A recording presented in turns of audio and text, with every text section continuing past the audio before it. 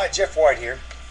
Many people wonder how in the world the Confederacy could have survived for as long as it did against the incredibly overwhelming odds that it faced, the overwhelming superiority of Union manufactured goods, weaponry, ammunition, numbers of troops. 4 years, 4.5 years, is a long time to fight under such conditions, and the Confederacy managed it, and not only managed it, but did very well, in fact winning most of the major engagements and only slowly being worn down by attrition, which was the technique that Grant finally discovered and used best. One of the explanations for how an army, for example, 36,000 Confederate soldiers invaded Tennessee in November and December of 1864, one-third of whom were absolutely barefoot. And they walked over the ice and the snow and down the frozen roads from Atlanta to Nashville, were utterly destroyed as an army and retreated back all the way across Tennessee and into northern Alabama and Georgia after their defeats at Franklin and Nashville. How could men have even begun to consider such a feat as an invasion of Tennessee at that late date? How did the Confederacy in the Eastern Theater hold on? Well, one explanation is a grand revival which took place in 1863 and 64 as detailed by many chaplains that lived at the time and served with the Confederate forces. General Lee said in February of 1864 in an official order that he directed that none but duties strictly necessary shall be required to be performed on Sunday, the 7th of February, and the labor both of men and animals which is practicable and to anticipate or postpone, or the immediate performance of which is not essential to the safety, health, or comfort of the Army, shall be suspended on that day.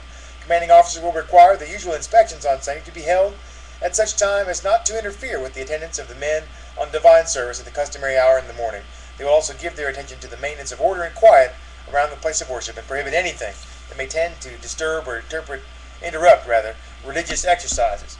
Chaplains treasured Lee tremendously because of his great support of their efforts to evangelize the troops, and in fact they preached many, many messages to eager soldiers concerned about their soul's everlasting condition and wondering what would happen if the Minié should take them out. Two chaplains had reported on the revival in the Army when at one point they said, after explaining about their work to the general, "I think it right that I should say to you, General, that the chaplains of the Army have a deep interest in your welfare, and that some of the most fervent prayers we offer are in your behalf." Lee, according to the author, Reverend Jones, who wrote Christ in the Camp, reportedly flushed deeply at this remark and tears filled his eyes. And General Lee said, "Please thank them for that, sir. I warmly appreciate it, and I can only say that I am nothing but a poor sinner, trusting in Christ alone for salvation, and need all the prayers that they can offer for me." The centrality of that revival in maintaining order and discipline and high morale in that army is one of the only reasonable explanations for why it would remain as high as it did throughout incredible privations and low rations and lack of every sort of supply imaginable. The Army at the end, in fact, did not refuse to fight, but volunteered to continue the fight despite Lee's design and final decision to surrender it, to avoid needless suffering and loss of life.